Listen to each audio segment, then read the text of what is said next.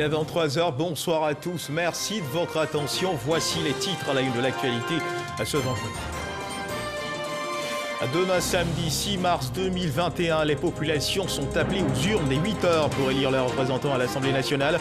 À quelques heures de l'ouverture du scrutin, le président de la CEI, Ibrahim Coulibaly-Kuibiar, fait le point de la campagne, rassure les différents candidats et les électeurs sur la bonne tenue de cette élection.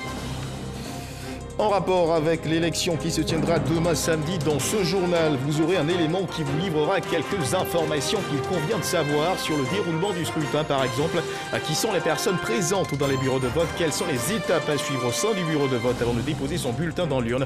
La répétition est pédagogique. Et dans cette course aux législatives, à noter le calme qui a prévalu au cours de cette campagne. Focus sur cette accalmie, de quoi rassurer les populations sur la suite des événements. Partis au pouvoir et opposition ont un objectif: ravir le maximum de sièges au Parlement. Voilà pour l'essentiel. Oui, bonsoir à tous. Et on ouvre ce journal avec ce communiqué de la présidence de la République. Le chef de l'État, le président de la République, son Excellence, M. Alassane Ouattara, a effectué un séjour en France du 26 février au 4 mars 2021, au cours duquel il a eu un entretien suivi d'un dîner justement avec le président de la République française, son Excellence, M. Emmanuel Macron. Au cours de son séjour, le président Alassane Ouattara a rendu visite au Premier ministre Ahmed Bakayoko, actuellement hospitalisé à Paris. Compte tenu de l'état de santé du Premier ministre, il a été recommandé une prolongation de son hospitalisation. Toutes les pensées du chef de l'État, du gouvernement et de la nation entière accompagnent le Premier ministre dans cette épreuve, ainsi que des vœux de prompt rétablissement faits à Abidjan ce vendredi 5 mars 2021. Et nous le disions à l'entame de cette édition dans les titres, oui, demain samedi, donc 6 mars 2021, les populations sont appelées aux urnes dès 8h pour élire leurs représentants à l'Assemblée nationale, une campagne qui s'est déroulée dans le calme sur l'ensemble du territoire. Et puis, justement, en rapport avec cette élection, à la veille de ce rendez-vous, le président de la commission électorale indépendante, Coulibaly Ibrahim Kuibiar, a tenu un point de presse. Dans ses propos, le président de la commission électorale indépendante fait le point de la campagne avant de rassurer les différents candidats et les électeurs sur la bonne tenue de l'élection qui se tiendra demain samedi. Sidonie Davila. 1522 candidats pour 255 sièges à l'hémicycle.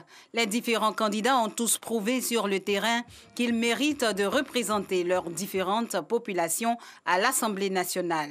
Après une semaine de campagne sans incident majeur, selon la CEI, l'institution se réjouit de la bonne tenue de celle-ci. De l'avis quasi unanime des différentes parties prenantes au processus électoral, la campagne s'est déroulée sur toute l'étendue du territoire national de manière paisible. Malgré quelques incidents, au demeurant mineurs et marginaux, survenus dans certaines localités. C'est l'occasion pour nous de saluer le grand sens des responsabilités des candidats. C'est la preuve de la capacité de nos compatriotes et de toute notre classe politique à jouer pleinement sa partition dans la promotion de la démocratie dans notre pays. Ce samedi 6 février, un nouveau rendez-vous électoral est donné aux Ivoiriens. Plus de 7 millions d'électeurs vont choisir leurs députés pour les 5 années à venir. Les enjeux sont importants pour la commission électorale indépendante. Je voudrais exhorter les électeurs à effectuer massivement le déplacement pour accomplir leur devoir civique. Ce sont 22 135 bureaux de vote qui seront ouverts sur l'ensemble du territoire national de 8h à 18h, soit 10 heures continues de vote. Les électeurs qui n'ont pas pu retirer leur carte d'électeur pourront encore le faire dans leur bureau de vote respectif. Le président de la CEI réaffirme la ferme détermination de son institution à travailler en toute impartialité avec équité. Aux agents des bureaux de vote, je voudrais leur rappeler leur devoir de neutralité et de professionnalisme. Aux électeurs et aux candidats, je voudrais réaffirmer l'engagement de notre institution à garantir leur suffrage en le comptabilisant tel que exprimé. Au demeurant, le législateur a prévu des voies de recours devant le Conseil constitutionnel au cas où le candidat ne serait pas convaincu des résultats proclamés par la Commission électorale indépendante. À l'attention de tous, observateurs et médias en particulier, que la Commission électorale indépendante est la seule entité habilitée à proclamer les résultats provisoires et définitifs du scrutin législatif. La CEI n'oublie pas le volet sécuritaire. Son président, Ibrahim Koulibaly Kubière, affirme que des dispositions sont prises en collaboration avec les forces de défense et de sécurité pour un déroulement paisible du scrutin. Et je vous invite à présent à suivre, mesdames et messieurs, ce communiqué de la Commission électorale indépendante portant réaction de la CEI suite à certains propos tenus par Moïse Lida Kouassi, candidat titulaire aux législatives. Ce communiqué est lu par Mahama Traoré. Communiqué de la Commission électorale indépendante. Le mercredi 3 mars 2021, au cours d'un meeting de campagne pour les élections des députés à l'Assemblée nationale, M. Lida Kouassi Moïse, candidat titulaire investi par le groupement politique EDS dans la circonscription électorale 132, Lakota commune sous-préfecture, a tenu des propos d'une extrême gravité, abondamment relayés par les réseaux sociaux. En effet, l'on entend M. Lida Kouassi Moïse s'en prendre à un autre candidat de la dite circonscription. Il dénonce notamment le parachutage de ce dernier dans une circonscription dont il ne serait pas sociologiquement originaire et le recommande d'aller se présenter chez lui et de laisser le poste aux autochtones. La Commission électorale indépendante, CEI, condamne ces propos qui portent atteinte à la Constitution et violent le code pénal ainsi que le code de bonne conduite des partis et groupements politiques, des candidates et candidats aux élections en Côte d'Ivoire, signé le 18 février 2021, entre autres par M. Wénien Armand, président de EDS. L'article 9 de ce dernier texte interdit l'instrumentalisation à des fins politiciennes des notions de race, d'ethnie, de genre, de religion, de nationalité et de la vie privée et encourage toute dynamique susceptible de renforcer la cohésion sociale et de préserver la paix. La Commission électorale indépendante relève également que les propos tenus par le candidat Lida Kouassi Moïse sont de nature à troubler le climat de paix sociale et affecter l'unité nationale. Ils sont surtout indignes d'un candidat aux élections législatives, d'autant plus que la Constitution ivoirienne, en son article 96, dispose que chaque parlementaire est le représentant de la nation entière. Au regard de ce qui précède, la Commission électorale indépendante interpelle l'Observatoire du Code de bonne conduite sur de tels discours qui tombent par ailleurs sous le coup d'une qualification pénale. Enfin, la Commission électorale indépendante lance un appel aux leaders politiques et à tous les candidats afin qu'ils fassent preuve de retenue et s'abstiennent de toute déclaration de nature à fragiliser la cohésion sociale et empêcher la bonne tenue des élections. Fait à Abidjan, le 5 mars 2021. Les Ivoiriens iront donc aux urnes demain pour élire leurs députés. Dans l'élément qui va suivre dans quelques instants, quelques informations qu'il convient de savoir sur le déroulement du scrutin, par exemple. Qui sont les personnes présentes dans les bureaux de vote? Eh bien, vous seront données quelles sont les étapes à suivre au sein du bureau de vote avant de déposer son bulletin dans l'urne. Laure Goretti nous en parle. Ce samedi 6 mars, c'est jour de vote. Les Ivoiriens sont appelés aux urnes pour élire leurs représentants locaux. Plus de 1200 candidats sont en lice. Dans les bureaux de vote, tout un dispositif est déjà ficelé. Le président du bureau de vote, lui, va réguler le scrutin. Il va superviser le dépouillement, établir avec les autres membres du bureau les procès-verbaux et il va proclamer le résultat à la fin du dépouillement. En dehors du personnel du bureau de vote, ceux dédiés au contrôle, tels que les délégués des candidats. Ils doivent suivre l'ensemble du processus depuis l'ouverture du vote et de signer le procès verbal. Un candidat, en plus de ses représentants dans le bureau de vote, peut avoir un ou plusieurs délégués qui sillonnent sa circonscription. En dehors de ces personnes identifiées, seuls les électeurs inscrits sur la liste électorale du bureau y auront accès avec des formalités de contrôle d'identité. L'électeur se soumettra ensuite au processus de vote. L'électeur plie le bulletin et le glisse dans l'urne. Et le secrétaire numéro 2 va également marquer chaque électeur à l'encre indélébile. Pour l'électeur étant dans l'incapacité d'assurer certaines étapes du processus, des dispositions sont prises par la CEI. Si l'électeur ne peut ni signer ni apposer son empreinte digitale en raison d'un handicap, l'émargement est fait par l'électeur de son choix. Le scrutin doit durer 10 heures de temps. Les heures d'ouverture sont normalement prévues de 7h à 18h pour laisser place à la fermeture, puis au dépouillement. Un reportage de Laure Goretti commenté par Alexis Ouédraogo. Puis sachez également que la commission électorale indépendante porte à la connaissance des candidats et des électeurs de la circonscription numéro 97. Haricot, Niakarama-Dougou et Tortilla, commune et sous-préfecture, qu'elle a été informée ce jour du décès de Madame Peignankman Ouro, candidate suppléante du candidat titulaire Guy Bessongui Ndatia, Koné Sévérin dans la dite circonscription. Par conséquent, en application de l'article 84 du Code électoral et de l'article 18 et de la loi numéro 2004-495 du 10 septembre 2004 portant suppléance des députés à l'Assemblée nationale, il est sursis de plein droit à l'élection du député.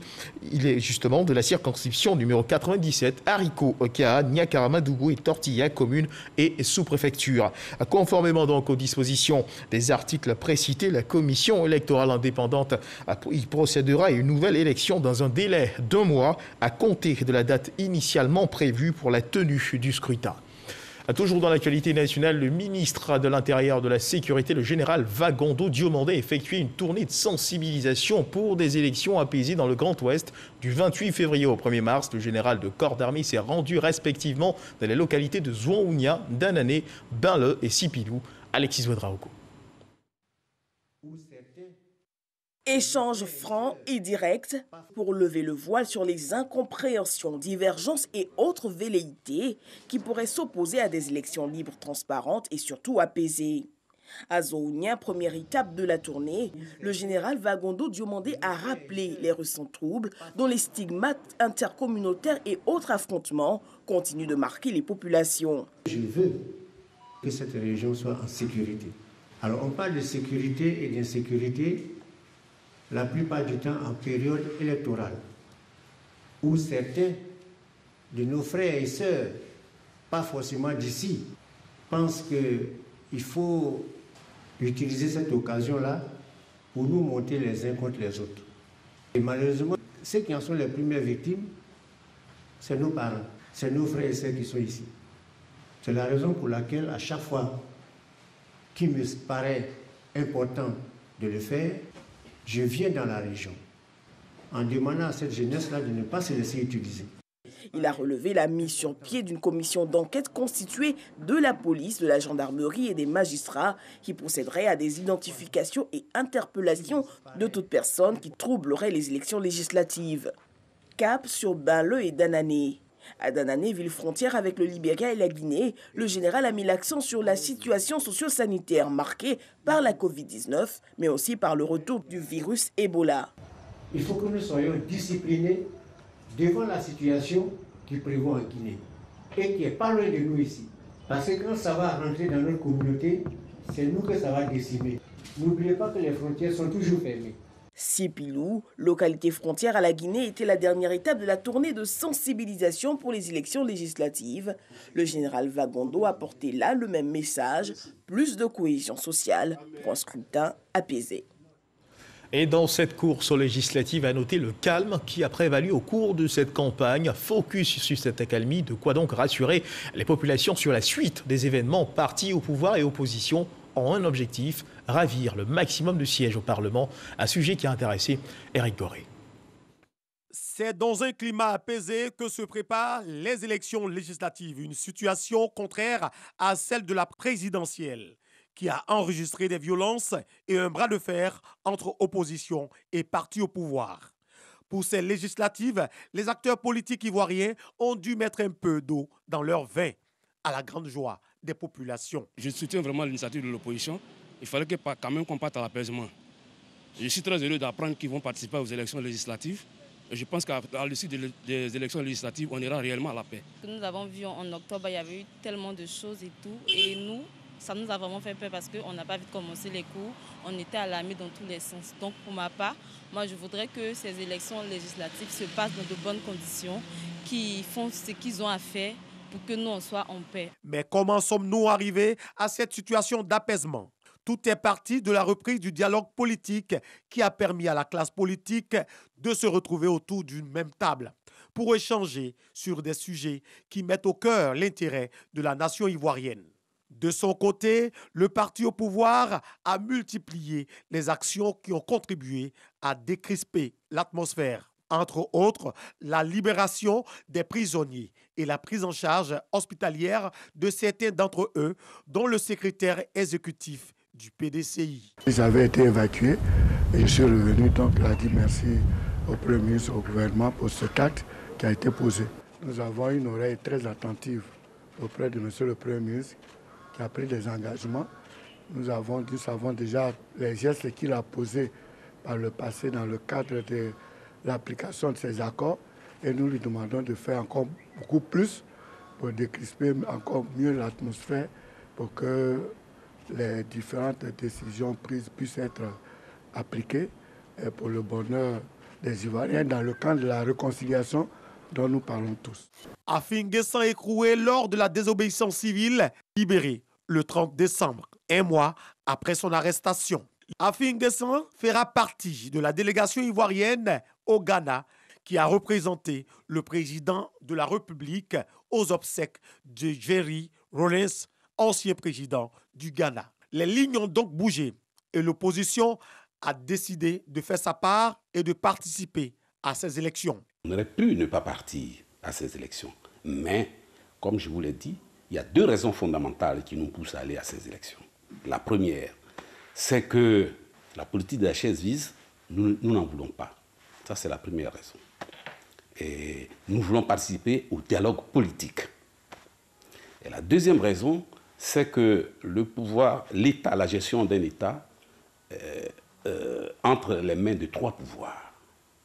Le pouvoir exécutif, le pouvoir législatif et le pouvoir judiciaire. Le pouvoir judiciaire étant là pour contrôler les deux premiers, mais étant donné que le pouvoir exécutif a été pris par le RHDP, automatiquement, nous autres partis d'opposition, nous voulons prendre le pouvoir législatif pour gérer l'État avec eux. Le parti au pouvoir, quant à lui, ne voit pas les choses ainsi. Il se donne aussi les moyens pour conserver ses sièges. L'Assemblée nationale, c'est le deuxième pouvoir. Après le pouvoir exécutif, c'est le pouvoir législatif. C'est vrai que les pouvoirs sont séparés, mais c'est là que les décisions, les lois se votent. Alors, les députés, ils ont l'opportunité de faire des propositions et ils ont l'opportunité d'analyser les projets de loi qui viennent. À ce niveau-là, l'enjeu est vraiment capital. Il faut absolument donner la majorité à celui qui a l'exécutif en main. Et ça va nous permettre de capitaliser nos chances et de pouvoir avoir le maximum de sièges pour soutenir notre gouvernement. Tout n'est pas rose pour le ministre de la Réconciliation nationale, dont la mission est de travailler de façon permanente à réconcilier les Ivoiriens. Il y a un temps pour la belligérance, il y a un temps pour la paix. Si nous avons choisi d'aller à la paix, la réconciliation, il faut y aller les deux pieds joints, de sorte que ces élections se déroulent dans la paix, dans la calmie, dans le calme, et qu'il n'y ait pas un seul mort. Les élections législatives auront donc lieu le 6 mars 2021. Les résultats seront connus dans les jours qui suivront cette date. Que le meilleur gagne. Une campagne dans le calme, aucun regain de violence ni de heurts signalés, comportement responsable des politiciens, aucun appel à la violence, ambiance plutôt festive. Il suffit donc aux politiciens de donner l'exemple pour que le peuple suive, un constat qui a inspiré Sylvie Touré, d'où cet édito qui porte cette signature, politicien ordonné. Suivez. Grélo, tam-tam, balafon, caravane, parade, klaxon. Comme un air de fête, le pays a vibré.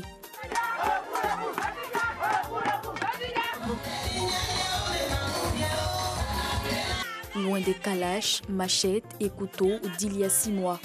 Loin du décor funeste et funèbre. Loin de la tension et de la psychose. Le chaos a fait place à l'espoir.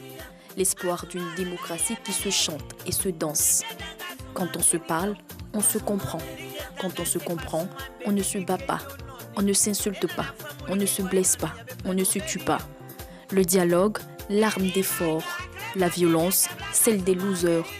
La classe politique l'a compris, elle imprime le tempo, elle ordonne et le chaos s'installe. Elle appelle et la paix arrive. Espérons que la symphonie continue sur la même note le jour du vote et après les résultats. Chers politiciens, ordonnez, le peuple exécute.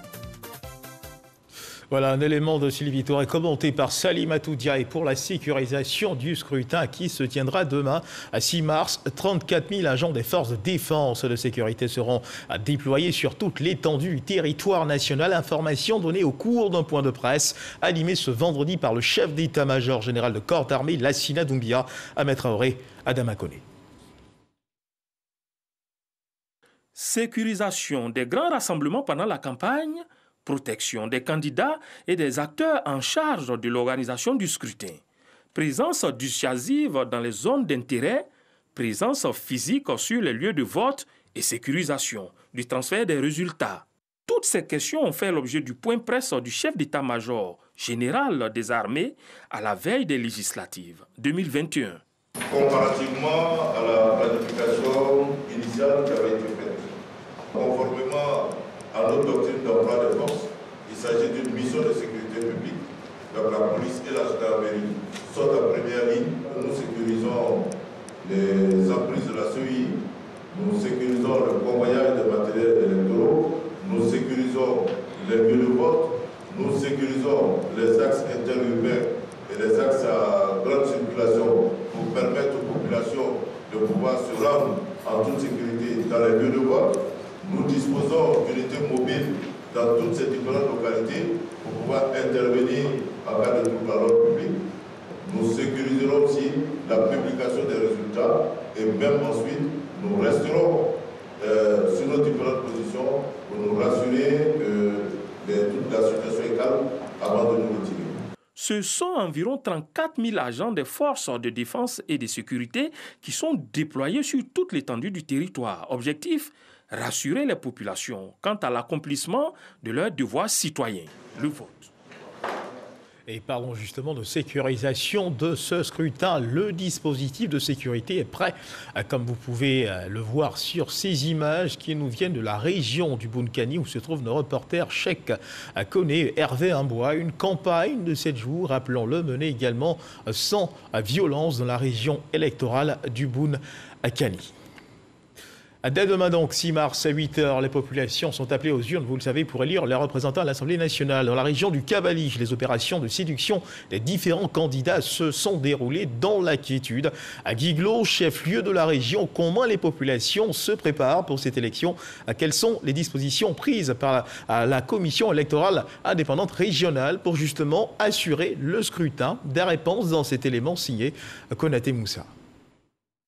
Une semaine de campagne pour les législatives 2021, période d'intenses opérations de séduction pour les différents candidats à la conquête des électeurs. À Guiglo, dans la région du Cavali, à l'ouest du pays, les populations se réjouissent de la grande accalmie observée. L'ambiance était bonne et puis bon, il y a eu quand même une très bonne relation entre les différents candidats. Voilà, c'est le constat qu'on a pu faire au niveau de Guiglo. Que le meilleur gagne, parce qu'après la politique, on aura toujours l'occasion de vivre ensemble. La ville est tranquille, il n'y a pas d'agression, personne ne parle mal à son ami, les gens parlent de campagne comme il se doit. On a compris que la politique ne doit pas nous diviser, que nous sommes des frères et sœurs, on doit s'entendre, vivre dans l'harmonie, vivre dans la paix. Chacun va aller voter, faire son droit et revenir à la maison dans le calme. Normalement, les élections et les campagnes, tout doit se passer correctement, sans violence, paisible. Ça nous permet aussi, chauffeurs de taxi, de bien mener nos activités sans problème. Les partis se dépassaient tout tranquillement, se moquaient de l'un de l'autre. En tout cas, ça s'est bien passé, ce que je vais dire. Je suis vraiment content de voir que la jeunesse de Guiglo se sont bien comportés pendant les campagnes. Moi, je pense que de la manière dont les campagnes se sont passées, les choses vont se passer comme ça. Ça sera de manière calme, paisible. En tout cas, c'est ce que j'ai constaté. Un peu pendant les moments des élections présidentielles, ça a été le calme total. Donc je pense que ça va se passer comme ça. Une élection sans violence, c'est aussi le vœu de la commission électorale indépendante qui assure l'arbitrage du scrutin.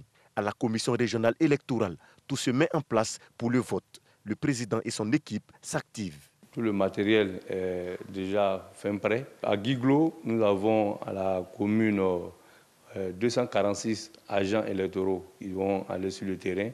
À raison de 3 agents électoraux par BV, nous avons 82 BV en commune. En sous-préfecture, nous avons 44 BV. Ce sont ces agents-là que nous allons déployer à partir de ce soir sur le terrain. Et demain, au plus grand tard, à 7h50, tout le monde doit être sur le terrain parce que l'opération doit débuter à 8h. Des missions d'observation électorale sont aussi annoncées dans la région du Cavali. Nous avons reçu 2 groupes qui sont là, déjà avec nous. Et puis notre partenaire privilégié, le PNUD, qui nous soutient aussi, qui est régulièrement avec nous, qui travaille avec nous sur le terrain. Et les observateurs nationaux, nous avons reçu déjà 3 groupes qui sont arrivés. Tout est donc réuni pour la bonne tenue du scrutin. Les électeurs sont attendus dans les bureaux de vote dès 8h ce samedi 6 mars. Au plateau de 20h de ce soir, Jacques Anouma, ex-président de la Fédération ivoirienne de football, était présent pour la lecture d'un communiqué informant sur le retrait de sa candidature à la présidence de la CAF. Un extrait de sa déclaration que je vous invite à suivre. La Fédération ivoirienne de football, avec l'accord du gouvernement de la République de Côte d'Ivoire, m'a fait l'immense honneur de présenter ma candidature à l'élection du président de la Confédération africaine de football, prévue pour le 12 mars à Rabat. J'ai porté un projet africain au service exclusif du développement du football du continent et des générations futures. Les candidatures se sont multipliées à ce moment crucial de l'histoire de la CAF, où notre football ne peut offrir au monde un visage de division. Après mûre réflexion, concertation et consultation, inspiré par les valeurs d'entente d'union que la Côte d'Ivoire a toujours promues sur le continent, convaincu qu'il est aujourd'hui préférable de créer les conditions d'un rassemblement des meilleures intelligences afin de faire triompher l'intérêt collectif du football africain, j'ai décidé de renoncer à ma candidature. Une candidature à laquelle j'ai réussi à faire adhérer nombre de personnes ici comme ailleurs. En réalisant cette union sacrée des meilleures volontés africaines autour de la CAF, avec un programme commun, nous pourrons contribuer ensemble à son redressement. Je le ferai avec l'expérience qui est mienne, toujours soucieux des intérêts de la Côte d'Ivoire et de l'Afrique. C'est ainsi que je mettrai mon expérience unique du football continental et mondial au service de la nécessaire reconstruction du football africain et de l'organisation prochaine de la CAN 2023 en Côte d'Ivoire. J'adresse mes sincères remerciements à toutes les filles et fils du continent qui m'ont exprimé sympathie et attention durant ce parcours exaltant. J'exprime enfin mon infinie gratitude au président de la République, son Excellence M. Alassane Ouattara, au Premier ministre Ahmed Bakayoko, ainsi qu'à l'ensemble du gouvernement, au comité des sages, aux présidents des fédérations qui m'ont soutenu, aux clubs et acteurs du football de Côte d'Ivoire, au public sportif et à mon équipe de campagne pour l'inestimable soutien qui m'a été accordé sans réserve.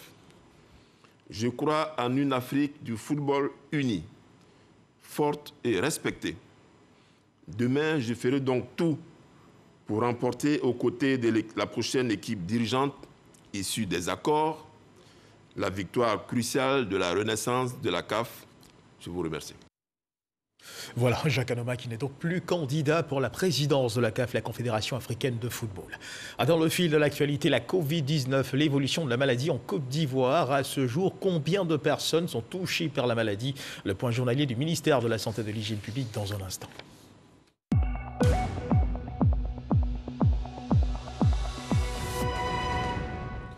Ce vendredi 5 mars 2021, le ministère de la Santé et de l'Hygiène publique a enregistré 436 nouveaux cas de Covid-19, 109 guéris et 3 décès. À la date donc du 5 mars 2021, la Côte d'Ivoire compte donc 34 412 cas confirmés, dont 32 354 personnes guéries, 199 décès et 1859 cas actifs, pour un total de 435 656 échantillons à prélever.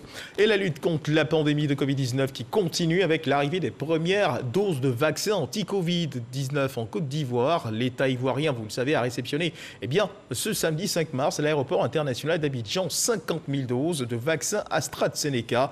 Il s'agit cette fois d'un don de l'Inde à la Côte d'Ivoire au nom de la relation bilatérale qui existe entre les deux pays. Salima Toudia. 50 000 doses de vaccins anti-Covid-19 en provenance de Mumbai ont atterri à l'aéroport Félix Houphouët-Boigny d'Abidjan ce vendredi 5 mars. Des doses à la Côte d'Ivoire au nom de la solidarité entre les deux pays touchés par la pandémie. Le Premier ministre Narendra Modi de l'Inde a promis, n'est-ce pas, à l'humanité que l'Inde dispose de capacités en matière de production de vaccins. Cette capacité sera utilisée pour combattre Covid-19 à travers le monde entier. Ce jour est un jour spécial, n'est-ce pas, dans la relation bilatérale entre la Côte d'Ivoire et l'Inde. Un ami, n'est-ce pas, dans la difficulté est un ami réellement. Ce n'est pas le moment, n'est-ce pas, de dormir sur nos lauriers. Avec l'arrivée des vaccins, c'est le moment, n'est-ce pas, de renforcer la lutte jusqu'à ce que nous arrivions à bout de ce virus. Ce dont réconforte l'État ivoirien dans la continuité de la mise en œuvre de son plan de riposte contre le virus.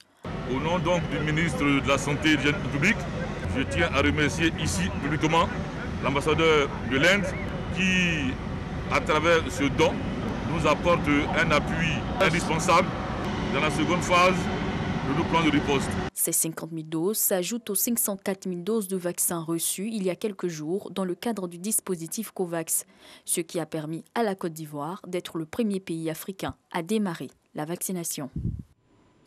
Parlons culture à présent. La RTI, la radiodiffusion télévision ivoirienne, initie à Bouaké des actions sociales et culturelles. Son festival grand public intitulé « À chez nous pays » qui en est à sa 9e édition a posé ses valises dans la capitale de la région de Bouaké pendant 72 heures.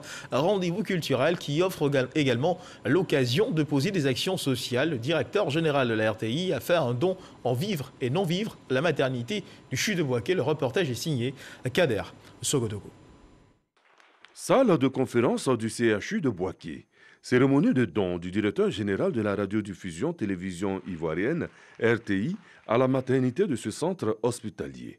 Un don en vivre et non vivre qui rentre dans le cadre de la 9e édition de À chez nous pays, un festival de la RTI. Le choix de la maternité du CHU de Bouaké n'est pas fortuit. Le choix de la maternité même, ce n'est pas fortuit. Quand on sait que la maternité est source à la fois de natalité et de nativité, les deux à la fois. C'est là qu'on pousse le premier cri, le souffle de vie part de la maternité. Donc c'est tout simplement un geste de solidarité, un geste de partage, un geste de générosité, en tout, une action sociale que la RTI voudrait poser à l'endroit de la maternité du CHU de Bouaké. Un don salué à sa juste valeur par le représentant du directeur général du CHU de Bouaké. Le premier président de la République de Côte d'Ivoire, Feu Houphouët-Boigny, disait « Nous avons choisi le capitalisme, mais un capitalisme avec un social très hardi. Ça veut dire qu'on doit aider les autres. » Je voudrais préciser pour ceux qui sont très religieux que le social existe dans la religion. Ça sera l'aumône pour les musulmans, ça sera la dîme pour les chrétiens. Et par ce rappel, je voudrais dire aux uns et aux autres que oui, nous sommes une structure sociale, nous avons besoin de votre aumône, nous avons besoin de votre dîme. Le festival À chez nous pays se veut un cadre de valorisation de l'excellence culturelle en Côte d'Ivoire. À chez nous pays, c'est un festival qui prône la promotion de nos us et coutumes. Et comme on a eu coutume à le faire depuis la première édition, On parcourt les différentes régions et on choisit les meilleures danses de nos régions qui viennent pour l'apothéose. Et à Boaké, nous serons donc là présents. Le petit piment, c'est le choix des artistes. C'est les artistes qui ont été cooptés pour le festival. Nul n'est sans ignorer la suprématie de la tigresse Sidonie. Voilà, nul n'est sans ignorer le talent et le charisme de Luxon Pado. Nul n'est sans ignorer le talent fou de ces jeunes, les leaders. Bref, pour dire qu'on a choisi les meilleurs pour Boaké. Boaké, c'est chez nous. Top départ du festival le vendredi 5 mars 2021 à 19h sur le boulevard du Carnaval. C'est la fin de cette édition. Merci de nous avoir suivis. Demain, 6 mars, c'est jour de vote. Dieu bénisse la Côte d'Ivoire.